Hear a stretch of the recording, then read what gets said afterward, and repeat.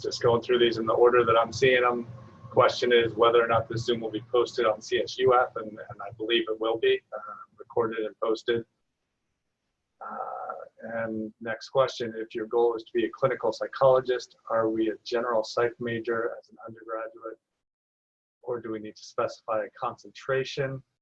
So it is a general undergraduate degree, but if your goal is clinical psychology, we have specific sets of coursework that you will probably want to take, because the graduate programs that you are going to be interested in are going to have requirements of classes that you've taken, right? So if you want to do clinical psychology, you will basically definitely want to take abnormal psychology, for example. But if you want to go into research, abnormal psychology isn't necessary. It is general, but then you'll want to look at the classes that are going to benefit you as you're moving forward through the program. You work at a job. The next question, somebody has a job. Almost all of our students have jobs. So the internship, I don't know if you're coming in as a transfer student or as a freshman, but the internship class is something that you generally take your last year. So it's not really an issue yet. But we could have a conversation about what your job is and see if it would even work for the internship, perhaps. If not, if you take it over the semester, it's 120 hours over the course of the semester, so you can work it in with a job. Students have definitely done that.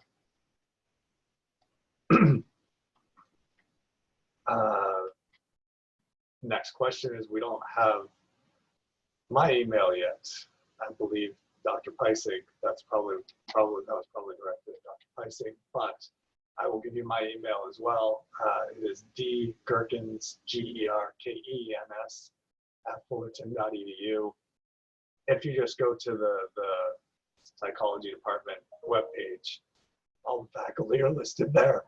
Excuse me. All the faculty are listed there with our emails. So we also have, this is important for everybody, we are one of the few departments, I think, that have our own departmental advising office. So in the Humanities and Social Sciences building on the 8th floor, we have our department office, and we also have the psychology department advising office, which is different from the GE or general advising office, which is over in the building next door in Gordon Hall. So H830J in the HSS building is psychology advising. There's a big sign hanging from the ceiling in front of it, so you can't really miss it. Also, you can see it by looking on the advisement tab on the department webpage. And then next building over Gordon Hall, there is the Academic Advising Center, GH123.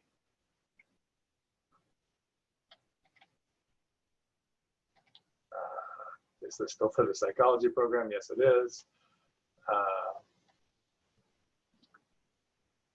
I am getting through these pretty quickly. And so if you're just joining me, it's hard for me to track who's coming in and who's leaving. If you're just joining, I'll give a spiel in a couple minutes, just answering some questions during the transition period here. Advising documents for general education. So I would go to the Academic Advising Center. So if you go to the university webpage and search Academic Advising Center, they should have general education advising information there. This is a great question. How many research opportunities are available for undergrads? So we have a pretty big faculty, for one of the largest departments in the university, actually. I'm talking all 23 campuses. We're probably one of the largest. And so our faculty, all of us do research, and we all use undergraduate research assistants. different faculty have different ways in which they bring students into their lab. Probably the best way is to take a class from the faculty member who's doing research that you're interested in, do very well in their class, and then ask them about research opportunities. But we do have, again, from the department webpage, the faculty link. Up near the top, there's a link to the faculty research that describes our current ongoing research programs. And you can look through that, see who's doing research you're interested in, and reach out to those faculty. Next question, what if your goal is neuropsych? We have a couple of faculty members who do neuropsych research.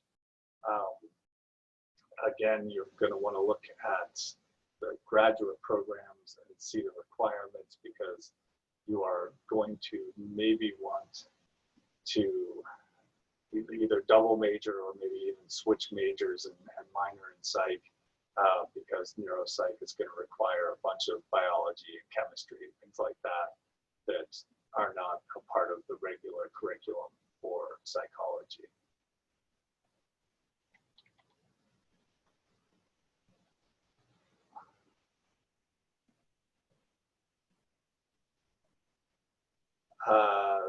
So an administrative question about trying to switch what semester you start. I do not have any answers about those sorts of things. You'd have to check in with administration on that. Next question, do we have an MFT program? Is that the same as clinical psychologist? All right. So there's so many things to say about that. So if for anybody who doesn't know, MFT is marriage and family therapy. It is a type of licensing you can get that works in some states, one of which is California. We do have a Master's of Science in Clinical Psychology within our department. There's a researcher practitioner program that has all of the state requirements in coursework that allow you to take a licensing test for MFT. Whoa, just one very out of focus, for MFT or LPPC, which is another type of licensing that may be nationwide and definitely more widespread than that, the MFT.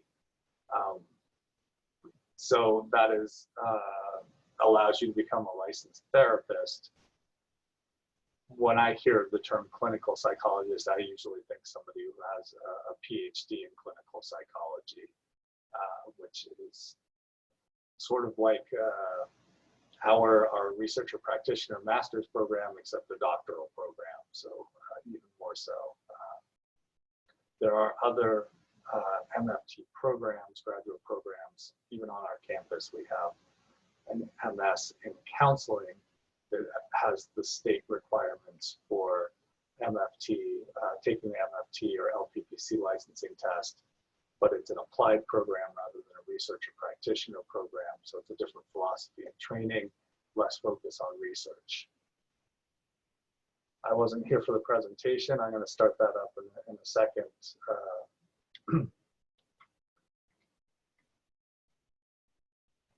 Ooh, are there weekend classes for this major? I do not think there are many, if any, weekend classes.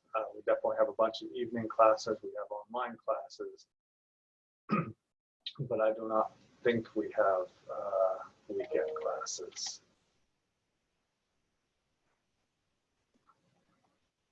All right, so I have caught up to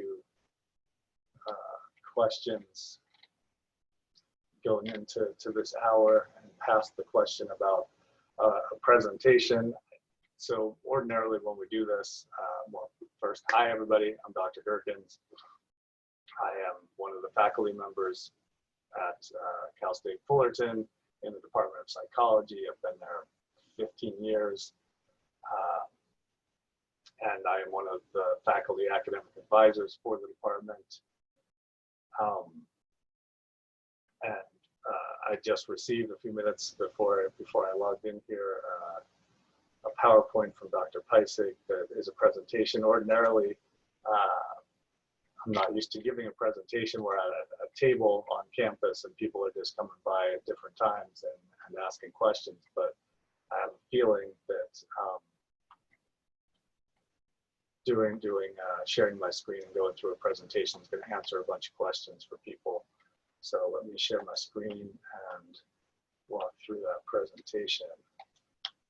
But bear with me while I do that, because as I say, I haven't had a chance to look through it yet.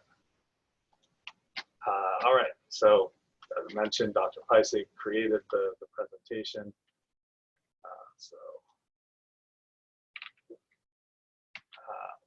For this particular event, we have a giant campus, over 40,000 students. It is an ethnic and racially diverse student body. We are technically identified as a Hispanic serving institution, which means we have a large Latinx student population. I forget what our ranking is exactly, but we're up there in the nation, maybe even second in awarding bachelor's degrees to Latinx students. Because it is such a large campus, there are lots of opportunities, lots of clubs, organizations, and I encourage everybody to try to get involved in campus life. Research shows that students that are more involved in the campus community perform better academically as well. So psychology bachelor's degree, different areas that you can go with for a career in psychology. If you haven't been thinking about a career yet, now's the time to start. Going into human services, administration, research, education, human resources, business and industry. It's a very broad major. Our specific degree requirements are broad and general, so you can take coursework that prepares you for any number of different sorts of graduate programs while meeting your major requirements. So there's a flexibility in there, and yet specific requirements that have to be met to give you a broad education in psychology as well. Most of our classes are pretty small compared to some other places, right? Where you see places where you have 100, 200 students in lots of the classes. We have some of those large section courses, but most of our courses, most of our classes are capped at 40 students. And you have the opportunity to work directly with faculty. I think that's one of the great advantages of a CSU over a UC, is that you actually have faculty members teaching classes of 40 students rather than the graduate students having the vast majority of interaction with you and only being in a large lecture hall with the faculty member for with 100, 200, 300 students at a time. All right, something that gets asked all the time, what classes should you be taking? And of course, this depends on whether or not you're coming in as a freshman or as a transfer student, and also whether or not you have AP credit for Psych 101. But here's sort of a breakdown of what you might take. So the Psych 110 does not count towards the major requirement, but does meet your GE critical thinking. So we encourage people to take the psychology version of that. Get in touch with psychology faculty during your first year, maybe even your first semester. We have 3 courses that are lower division, so presumably if you're transferring in, you've completed these 3 already. Hopefully they show up on your TDA, that's your Titan degree audit, sort of like a transcript. Hopefully they show up in the psychology major requirements. If not, you should check in with us in the advising office, which is in the Humanities Social Sciences building, page 830J. All right, so we encourage students to get used to the campus before starting in on major requirements. So we recommend doing Psych 101 in the spring rather than in first semester. And then your second year, you continue on the sequence. Each of these courses, the prereq for the next. So statistics and then research methods. If you're coming in as a transfer student, or once you reach your junior year, you definitely want to take Psych 300 in the fall. So that's the recommendation there. The internship, Psych 495 field placement is the internship class. Usually students take that their final year, fall or spring semester. It doesn't matter too much, although if you're planning to go into a clinical related graduate program, you might want fall so that you can get a letter of recommendation from your internship supervisor as one of your letters of rec for the graduate program. Additional classes, so that's just a basic sequence we have to get everybody on board with the scientific methodology that underlies psychology. Then we have these other sections that you'll want to get to. 202 and or 300 are prerequisites for these courses, so these come later.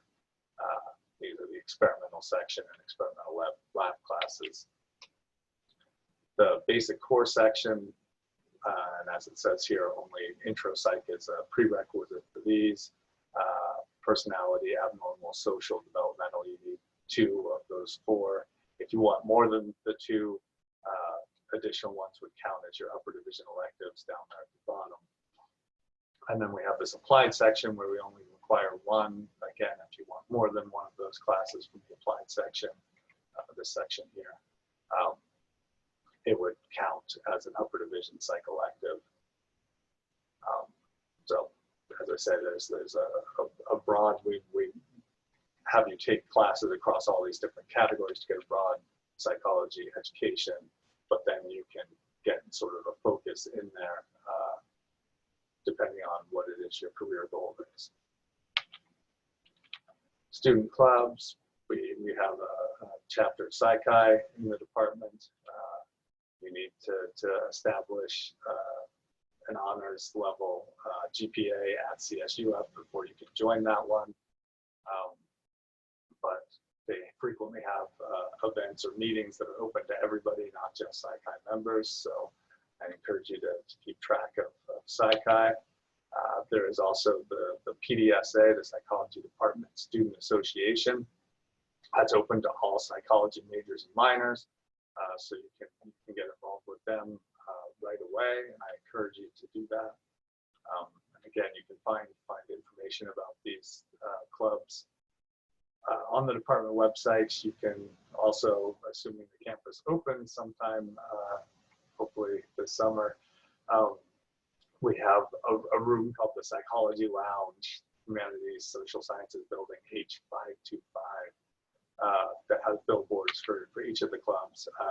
Another club is the Latinx Student Psychological Association, again, open to all majors and minors. So 3 different department level clubs. There are also lots of university-wide clubs and organizations that you can get involved in. Important thing, I think, is just to get involved in campus. Hey, there's, as I say, I didn't get a chance to look through this already, so there's mention of the Psychology Student Lounge. And it's not, you can go in there and there's do some homework and stuff, as well as get information about the different clubs. Last I knew, there was a microwave in there that you could use. I'm not sure if the refrigerator is still there or not. I encourage you to explore the campus as well. Personally, one of my favorite places to go, as my nature background might suggest, that this is not from the Arboretum on campus. This is Big Bear, but one of my favorite places to go on campus is the Arboretum.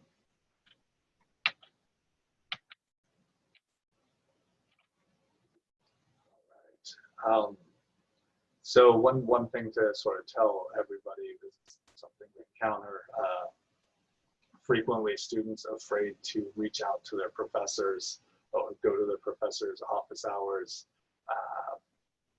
we're doing this because we like working with students. So don't be afraid to reach out to your professor. Don't be afraid to go to the professor's office hours.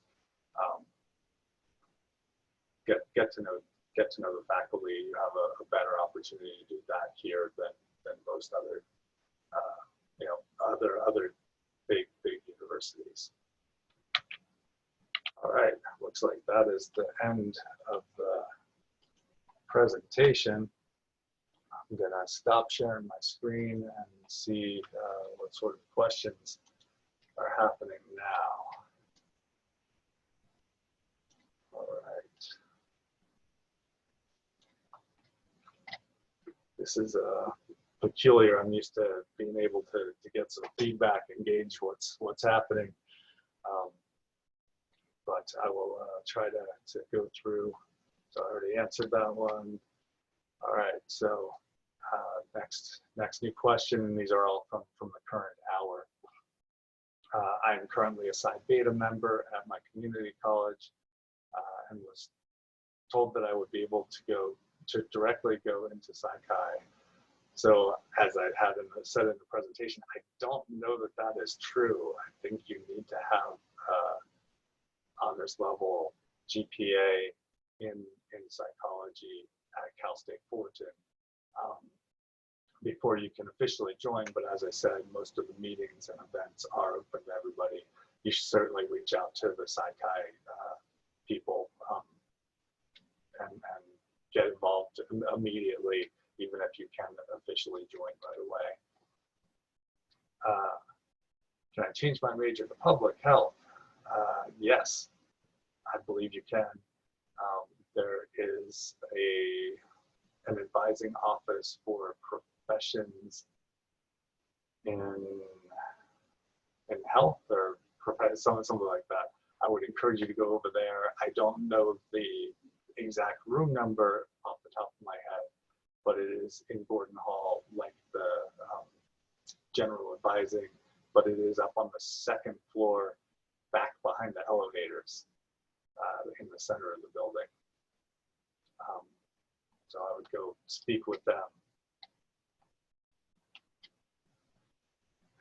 Can I repeat that? I'm not sure what topic that person is asking about.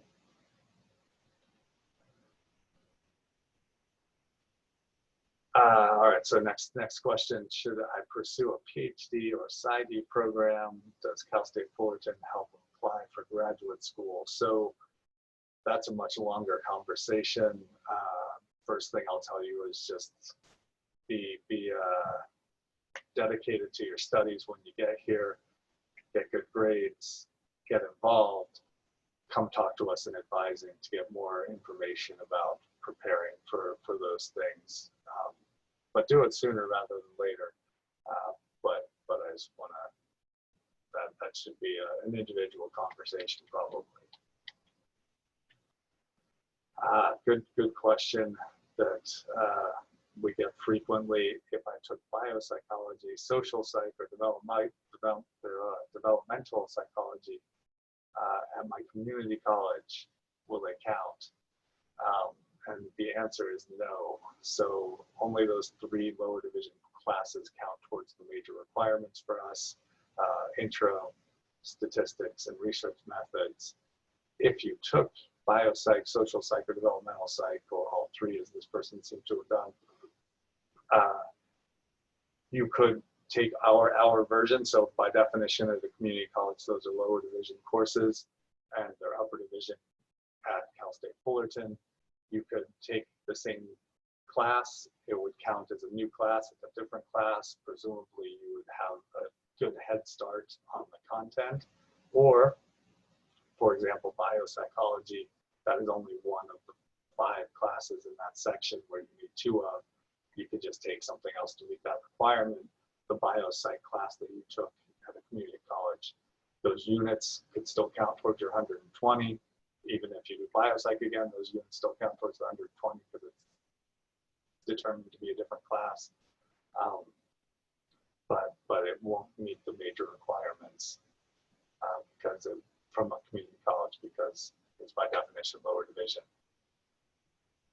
Next question. So lots of people seem to be thinking way ahead here.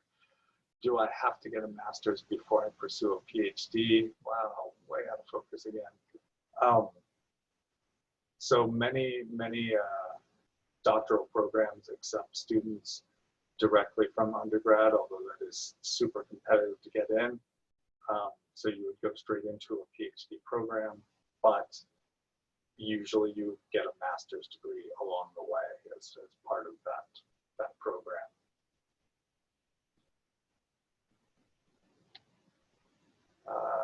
Next question. Thank you. That really helped answer my question. I'm glad. I don't remember which question was yours, but I hope to speak to an academic advisor from psych department.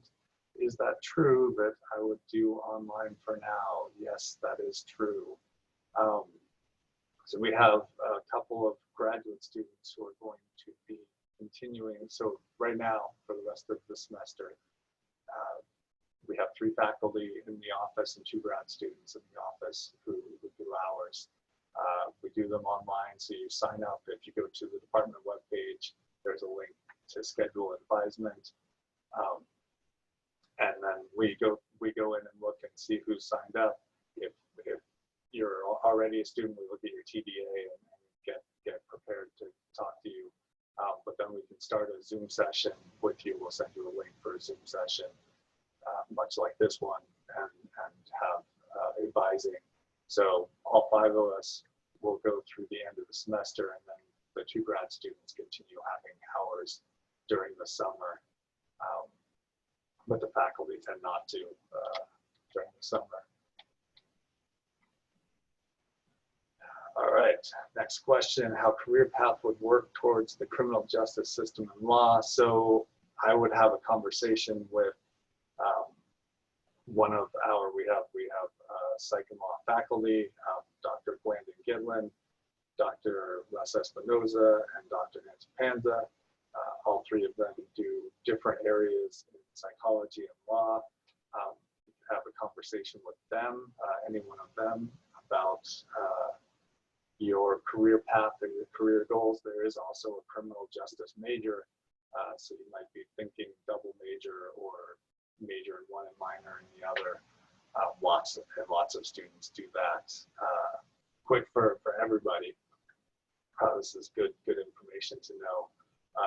Completing all of your GE and all of your major requirements in the psychology department will not get you to the 120 units. So you are going to have extra classes to take. If you were really efficient, you will have a lot of extra classes to take so that you could complete a minor without adding any extra units or extra time to your degree. Criminal justice, probably talk to one of those 3. I'll say their names again, Dr. Panza, Dr. Espinoza, Dr. Blandon Gidlin, and or talk to the criminal justice major. Okay, next question. How intense is Psych 300, which is intermediate research methods and design? I don't know how to answer that question. Some students will tell you it is really intense and really difficult, and others will say it's not hard at all. There's variability across faculty member, and there's also variability depending on your aptitude for stats and methods. I can tell you that we have supportive faculty, and I believe there's a grad student assigned to that class as well. So there's a graduate assistant for it. So there's lots of help available. Plus peer mentors. I haven't mentioned them yet. So they have an office down by the psychology lounge. Peer mentors or our upper division students with at least a B major, B-level GPA, who basically answer questions and help students with their coursework, help answer questions. So yet another research source, almost like tutoring, available, and there'll definitely be somebody there that can help with Psych 300. To become a next question. To become a psychiatric social worker, would I think a minor in child and adolescent development would be beneficial? I honestly don't know. I think that question would probably be better addressed at the social work program. So there is a Master of Social Work program at the university, and so details on different classifications. Many psych majors apply for and go into that MSW program, as well as the programs I was talking about earlier, our graduate programs within the department, an experimental MA, a clinical MS, or the counseling MS.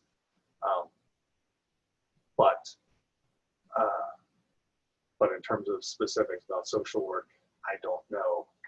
I would ask over there. Many students from our major do go to that program now, apply to it, go through that program. All right, I said it a whole bunch of times, honors level GPA. I don't remember what the cutoff is for Psych-Hi off the top of my head, but it definitely says on the website what the requirements for Psych-Hi are. I want to say at 3.2, but that's just a fuzzy recollection I'm having. Next question, what are some psychology course-based tutoring or psychology student academic resources we can utilize both on campus and online? So I was answering this one part already. We have the peer mentors who have an office, and you have to have at least a GPA of at least a B average to be a peer mentor, and they will help with coursework. Lots of us, so I do this in all my classes. I invite the few students who earn an A in my class to be an undergraduate course assistant the following semester and beyond if they want. So I always have 2 or 3 students, often one of my grad students will help out with this too, who earned an A in my class and then hold office hours that are willing to meet with and help students in the current version of my class. So, and I'm not the only one that does that. It's something many of the faculty do. So there's a resource there as well. There is a writing center and also tutoring available over in the library as well. And then there are faculty office hours. Don't be afraid to go visit your faculty member during office hours and ask questions there as well. Oh my goodness. All right, next question. Actually, give me a second. I need a drink of water.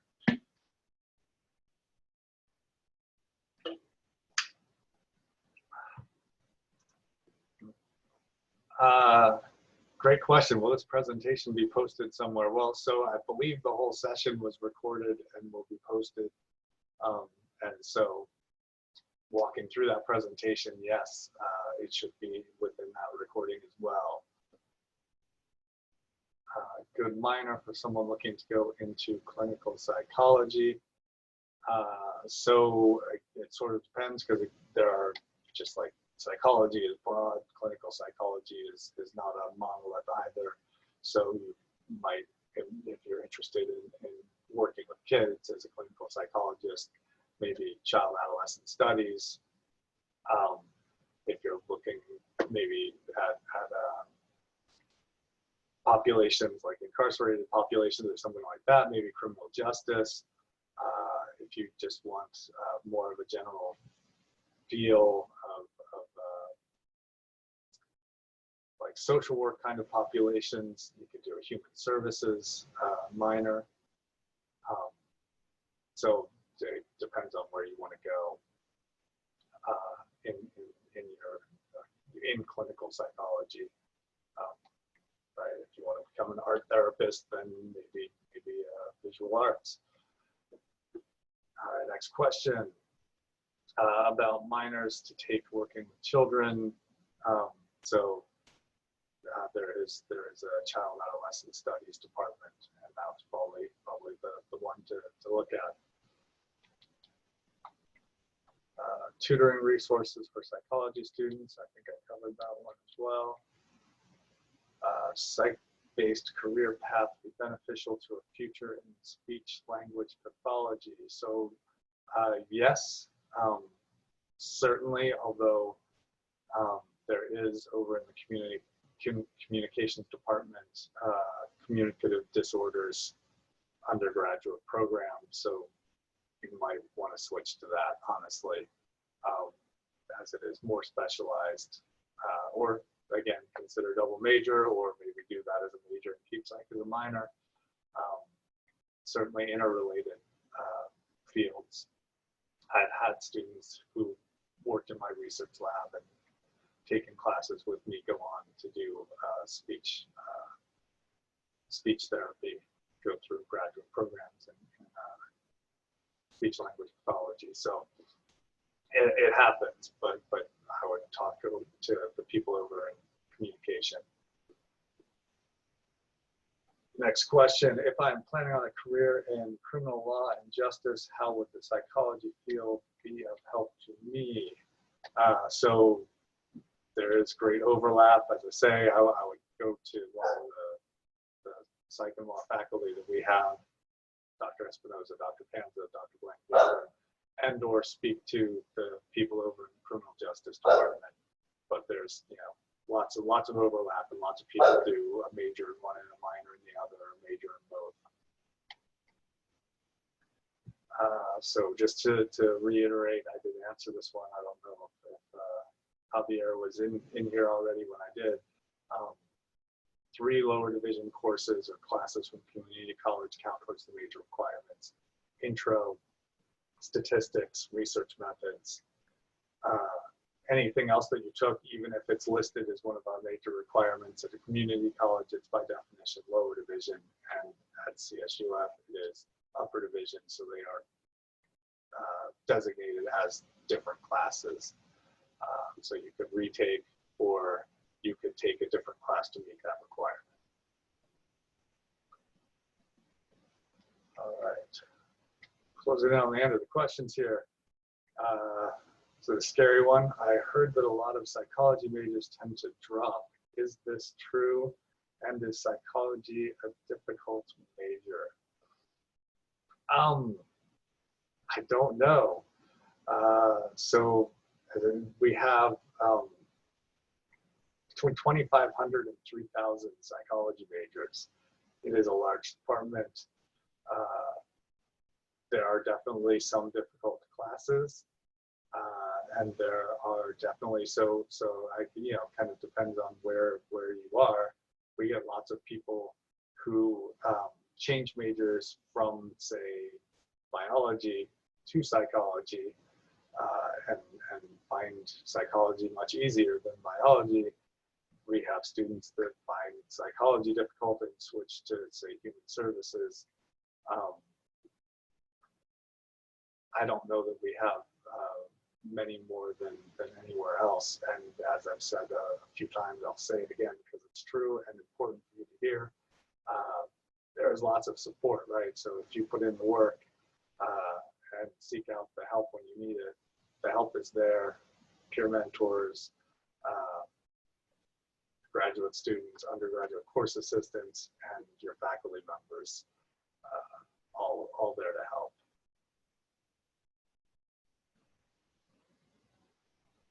So if on some level, I'm hoping that I answered your question. But sorry, the question is, when will we know our advising appointments before we can choose our classes for fall 2020? Hopefully you know what to take. So if you're incoming freshman, honestly, maybe no psych at all, first semester, or maybe psych critical thinking to meet your GE requirement, but not get into the major requirements yet. If you're transferring in Psych 300, and then I would jump, I would skip the experimental section. Students tell me that is the hardest section of the major, and you can't do experimental labs your first semester anyway because 300 is a prereq. So I would say jump to the core section, and or maybe even upper division psych electives, depending on what you can get into. So The core section, again, is personality, abnormal, social, and developmental. You need 2 of those, and 101 is the only prereq for them. So along with Psych 300 for transfer students, those are good choices. And then there are a whole bunch of classes that don't meet any of the specific section requirements, but meet the upper division electives. So there's human sexual behavior, there's course on prejudice and discrimination, there's course on, there are a whole bunch of 300 level classes that you could take that would meet upper division psych elective requirements that you could take. And then everybody, whether you think you did all your GE or not, still has GE to do, because there are 9 units of upper division GE to complete when you come in as well. So I just gave you at least three psych classes you can take, and then you can do a couple GE, and there's your 15 units. And then, so I don't know if there's an anonymous person, there's a specific thing they told you about advising appointments. But I'll say again, you can schedule an advising appointment by going to the department webpage. There is a link to do schedule advisement, and then we'll set up a Zoom meeting for that time with you. We'll send you a link at the time to talk to you individually about which classes to take if you want. All right, couple more questions. If we are online, how can we get a hold of a peer mentor? Or if hopefully we will be back on campus, how do we get a hold of a peer mentor? That is a great question that I don't know the answer to. I'm not sure what they are doing in this unusual circumstance where we are not allowed on campus. I'm just unsure if they are having hours at all right now. I'm hoping, well, if we're not back on campus in the fall, I'm sure they will come up with some alternative. If we are back on campus, then problem solved. I'm sorry, I don't have a better answer for that one. What are the career options offered in the psych department for incoming freshmen if they plan on finding a job? Does the psych department offer work-study opportunities for students? So there is an internship course requirement, although that is usually done in the senior year and requires, I think, at least 3 upper division psych classes be completed before you take it. Lots of students end up doing, well, some number of students are able to get internships that are actually paid. Many do like ABA therapy with autistic or other special needs kids, and they can count that as an internship, but it's also a job that they get paid to do. There are other jobs out there as well, class assistant in grade schools and things like that, that some students are able to do. There is a career center on campus with an HSS specialist. So the university definitely tries to help people find jobs, although that is mostly post-graduation or as one approaches graduation. I'm not sure that there is anything in place, a structure in place to help with finding students jobs. There are employment opportunities across campus for students, but they're limited in the amount of time because we, of course, mostly want you to focus on your studies. There are GE psychology classes. So I mentioned, sorry, there's another question. Are there any GE psychology classes? I mentioned that you will have some upper division GE to take.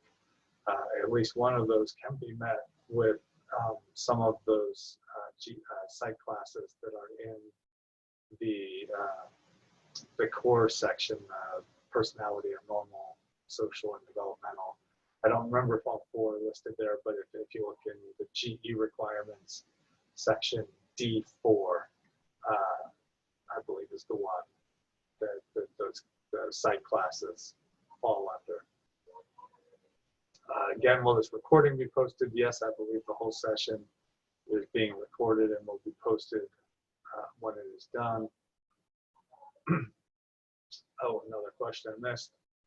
What are the major differences in a therapist and a psychologist? So to me, well, so I am a cognitive psychologist and I do not do therapy. I have not had the coursework to take a licensing test to do therapy.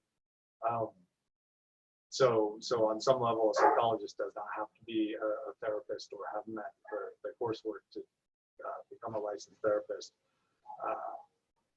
There are different types of graduate programs that lead you to licensing for therapy. So I'll list those off again in case you weren't in the session when I mentioned them earlier. So within our department, we have an MS in clinical psychology, researcher practitioner model training that meets the state requirements for MFT and LPPC licensing across the way. So the next building over in the education building, there is an MS in counseling that also meets the state requirements for MFT and LPPC licensing or taking the test, but they are an applied model, so there's less research emphasis, fewer statistics courses needed, things like that. There is also the MSW program on campus, and you can become a licensed counselor through social work as well. And our major helps prepare people for any of those. But probably best to make an appointment in the advising office and have a one-on-one conversation to get more detail about those differences. Where do I go to schedule a Zoom session with a psychology advisor? Department webpage, and there's a link that says schedule advisement right on the department webpage, and it shows the availability. If you choose to minor in a major, does that extend your stay at the university? So again, for anybody who missed it, completing all of your GE requirements and your major requirements will likely not complete your 120 units. If you were very efficient, you could easily add a minor that would not add to your stay at the university at all. The minor can, in some cases, we have classes that overlap with the majors. So the human services minor, their internship class. If you're a psych major, your internship class counts for that. If you took classes that count for GE, but also count for the minor, that overlap, reduces the number of units too. So as I say, lots of students are able to complete a minor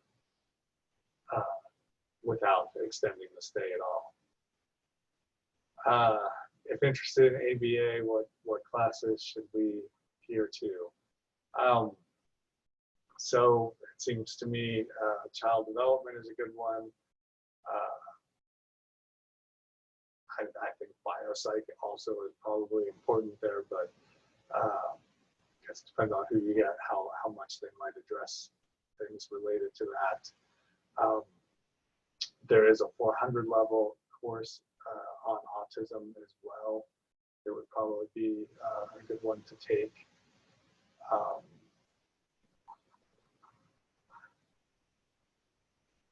You could do an internship that's related to ABA. I would probably also go talk to the child adolescent studies major and look at doing a minor there. They have an autism center over in that department. So they probably could give you a lot of good information about that as well. All right, you mentioned internships are not generally till the senior year. Transfer students with the internship need to be approved by faculty. May we do our internship before then, for example, a recovery home? Good questions. I guess it is certainly possible that you could do it the second semester of your junior year. As I said, there is a requirement. Well, we'll be pushing it. The prereqs, I think they want you to have 90 units. So maybe no. Although the system's not great at catching that. But at least 3 upper division psych courses is also required. But probably best just to do it, save it till summer or fall of your senior year. In terms of being approved, so yes, they have to be approved by the department. Not only that, all internships done affiliated with the university have to be approved through the Center for Internships and Community Engagement. If you go to the department webpage, there's an advisement tab.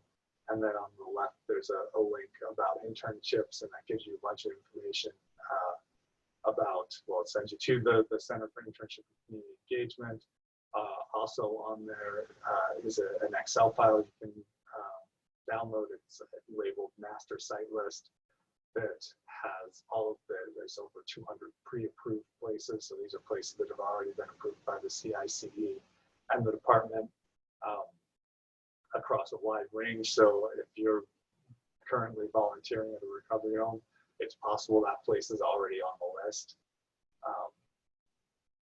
However, they do want you doing your hours around the same time you're in the class, because in the class you are writing papers about your experiences while you're doing that and relating it to your upper division coursework. So probably save it for the senior year. Oh my goodness, I think I just talked for 50 minutes straight.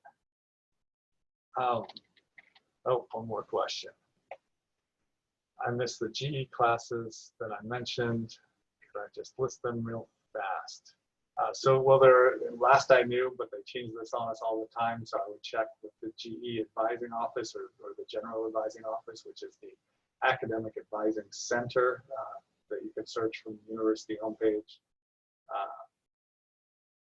But generally, if you're transferring in, you've got 9 units of upper division GE to do.